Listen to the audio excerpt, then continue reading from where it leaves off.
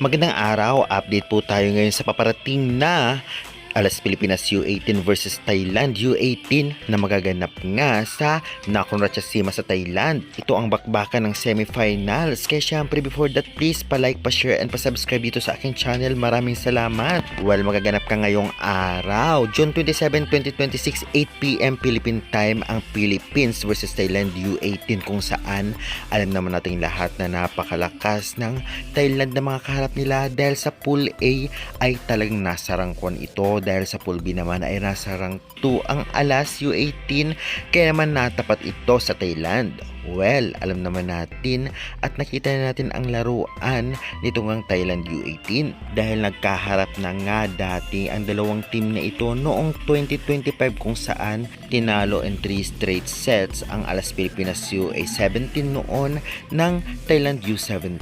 Kaya naman syempre ngayon ay talagang kailangan nilang mas galingan at doble kayod para naman matapatan ang lakas ng Thailand. At kung titignan natin, medyo nakasabay din ito ngang Alas Pilipinas sa set 1, ngunit sa set 2 at set 3 ay medyo malayo ang scores.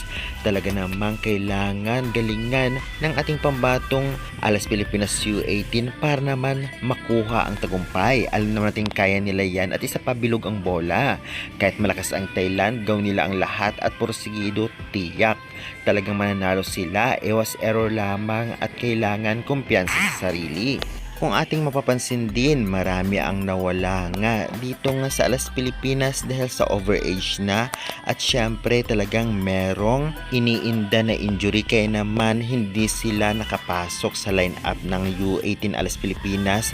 Nung nakaraang taon ay pasok sila at ngayon ay hindi nakapaglaro dahil nga sa mga kanya-kanyang rason, at valid naman. Kaya naman dapat galingan ngayon ng Alas dahil at naman sila magaling at may ibubuga, may tangkad, mabilis kumilos. Kaya naman syempre andyan ang suporta natin mga Pinoy para naman sa U18 Alas Pilipinas. Kaya sa tingin ninyo, makaisang set o kayanin kayang talunin ng Alas U18 ang Thailand U18? Pa-comment, subscribe for more valuable updates.